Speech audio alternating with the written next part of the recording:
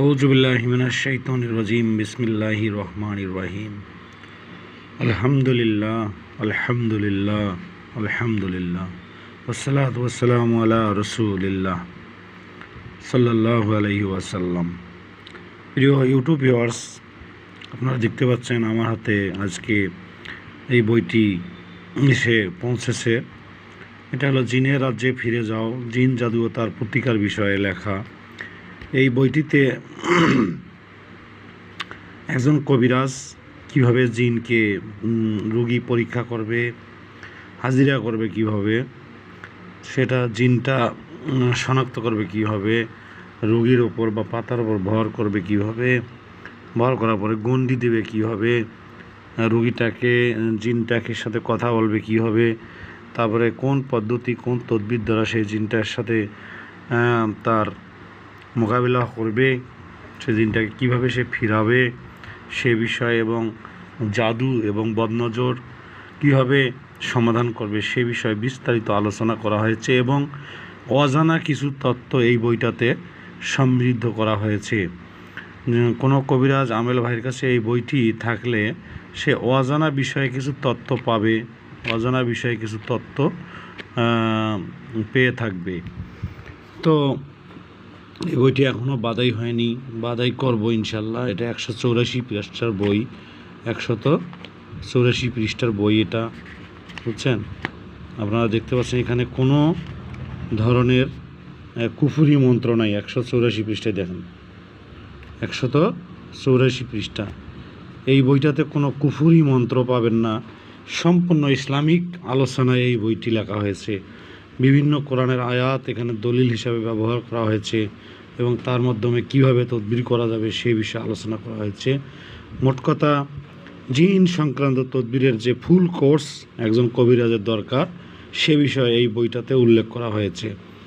তো আশা করছি এই বইটি একজন সাধারণ মানুষ থেকে শুরু করে একজন দক্ষ আমেলেরও কাজে আসবে। এখানে বাড়ি বন্ধেরও কাজ দেওয়া রয়েছে কীভাবে করবে।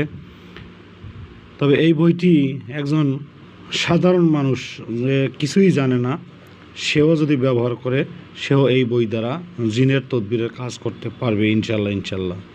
তবে এজাজত লাগবে এবং এই বইটি আমার কাছে একটি মাত্র মূল কপি সংরক্ষণের জন্য হাতে এসেছে।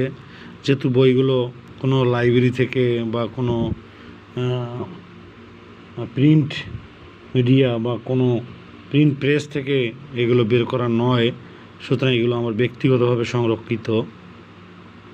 তো যারা আমার শিষ্য আমেল হবে তারা আমার কাছে এসে এজাজত নিয়ে আশীর্বাদ সহ এই বইয়ের কপি সংগ্রহ করতে পারবে। তবে সেটা শর্ত সাপেক্ষে, আমি যদি ডাকি কাউকে, আর যদি সেরকম কোনো শিষ্য বা কোনো আমেল কবিরাজ আমার কাছে আসতে চায়, তবে আমি যেহেতু বাড়িতে থাকি না তাই ঠিকানা স্পষ্ট করে দিতে পারি না। তবে যদি কেউ এই বইটির প্রয়োজন মনে করেন তো আমাকে কমেন্টে বা মেসেজ করতে পারেন, তাহলে আমি বিবেচনা করে দেখব কি করা যায়। তো এই বইটি ফটোকপি করে নিতে পারবে, অথবা পিডিএফ করা হয়নি এখনও। পিডিএফ করলে পিডিএফ ছাড়ার আমার ইচ্ছা আছে আর কি। ছাড়ি না কেন জানেন, বইগুলো নকল হয়ে যায়, এই জন্য ছাড়ি না। তো এইভাবে আমার কাছে বহু কিতাবের সংরক্ষণ রয়েছে। আসাবে কাহাব নামের যে 17তম খণ্ড পর্যন্ত আছে, ইলমুল আদাদ আছে। তো আমি একে একে শেষ করব। এখন যেটা লেখা শুরু করছি সেটা গুপ্ত আমল, কোরআনের গুপ্ত আমল এবং মারণবিদ্যা। তো এই অংশটা শুরু করেছি, মারণ অংশ। তারপরে আস্তে আস্তে বিচ্ছেদন, উচ্চাটন, এইভাবে এগুলো খণ্ড একটা করে আসবে, প্রায় 150 পৃষ্ঠার মতো করে। সেগুলো করার চেষ্টা করব ছোটো ছোটো আকারে। তো সকলে ভালো থাকবেন, সুস্থ থাকবেন। আল্লাহ হাফেজ। ভিডিওটি বড় হয়ে যায়। আসসালামু আলাইকুম রহমতুল্লাহি ওয়া বারাকাতুহু।